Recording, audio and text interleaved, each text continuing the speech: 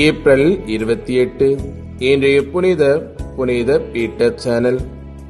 Peter Louis Maria channel என்கின்ற முழு பெயர் கொண்ட இவர் 1803 ஆண்டு ஜூலை 12 அன்று பிரான்ஸ் நாட்டில் பெல்லி மறை மாவட்டத்திற்கு உட்பட்ட பிளட் என்னும் இடத்தில் பிறந்தார். மிகவும் ஏழ்மையான குடும்பத்தில் பிறந்தபோதும் ஆடு மாடுகள் மேய்த்து குடும்பத்தின் ஏழ்மையை போக்க தன்னாலான உதவிகளை செய்து வந்தார். பங்குத்தந்தை டிராம்பியர் அவர்களின் உதவியுடன் பீட்டர் தொடக்க கல்வி கற்றார். இவரிடமிருந்த அறிவுத்திறன் மற்றும் எளிய பக்தி நிறைந்த வாழும் முறையை கண்டுணர்ந்த அவருடைய பங்குத்தந்தை மறைமாவட்ட குருமடத்தில் அவரை சேர்த்துவிட்டார். கற்றுக்கொள்ளும் தமது ஆர்வம் மற்றும் தெளிந்த சிந்தனையினால் பேராசிரியர்களின் மனம் கவர்ந்த மாணவராக விளங்கினார். பீட்டர் 1827 ஆண்டு குருவாக திருநிலைப்படுத்தப்பட்டார். மூடும் நிலையில் இருந்த குரோசட் பங்கு தளத்திற்கு அனுப்பப்பட்டார். அங்கு தான் பணியாற்றிய 3 ஆண்டுகளில் நோயாளிகளுக்கு சிறந்த பணியாற்றி அனைவரின் நல்லெண்ணத்தையும் பெற்றார். எண்ணற்றோரை கிறிஸ்தவ மதத்திற்கு மனம் திருப்பினார்.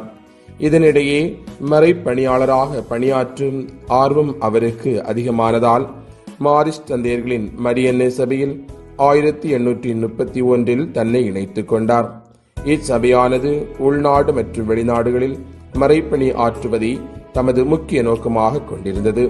சபையில் சேர்ந்த பீட்டர் அவரே எதிர்பார்க்காதபடி வெள்ளையில் இருந்த குறுமடத்தில் பேராசிரியராக நியமிக்கப்பட்டார். மகிழ்வுடன் 5 ஆண்டுகள் பணியாற்றிய பிறகு பசிபிக் பகுதியில் உள்ள நியூ ஹெப்டஸ் பகுதியில் மறைப்பணியாற்ற 1836 ஆண்டு அனுப்பப்பட்டார். அங்கு சென்றதும் பொதுநிலை சகோதரரான தாமஸ் புக் என்பவரை தம்முடன் அழைத்துக் கொண்டு புதுனா தீவிற்கு சென்றார். அப்போதுதான் மனிதர்களை உண்ணும் வழக்கம் அத்தீவில் தடை செய்யப்பட்டிருந்தது. அங்கு சென்று இறங்கிய போது அம்மக்கள் மற்றும் அவர்களது அரச நிலுக்கி இவர்களை அன்புடன் வரவேற்றார்கள். குறுகிய காலத்திலேயே மறைப்பணியாளர்கள் அம்மக்களின் மொழியை கற்றுத் தேர்ந்தார்கள். அவர்களுக்கு தன்னம்பிக்கை மற்றும் தன்னுரிமை பற்றி கற்றுக் கொடுத்தார்கள். எல்லாரின் நம்பிக்கைக்குரியவராக மாறினார்கள். இதை கண்ட அரசர் பொறாமை கொள்ள ஆரம்பித்தார்.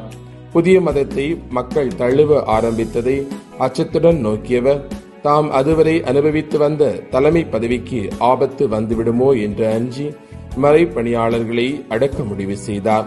இதனிடையே தமது மகனும் திருமுழுக்கு பெற விருப்பம் தெரிவித்ததை அறிந்த அரசன் கோபத்தின் உச்சிக்கே சென்றார். பீட்டரின் தலையை கொய்து வருமாறு ஒரு படைப்பிரிவை அனுப்பினார். எந்த மக்கள் வாழ்வு பெற வேண்டும் என்று 3 ஆண்டுகளுக்கு முன்பு பீட்டர் அங்கு வந்தாரோ அந்த மக்களாலேயே கைது செய்யப்பட்டார். அவர்களின் கையாலேயே 1841 ஆண்டு ஏப்ரல் 28 அன்று தடியால் அடித்து கொல்லப்பட்டார். பீட்டர் இறந்த 5 ஆண்டுகளுக்குள் அத்தீவின் அனைவரும் கிறிஸ்தவ மறையை தழுவினார்கள்.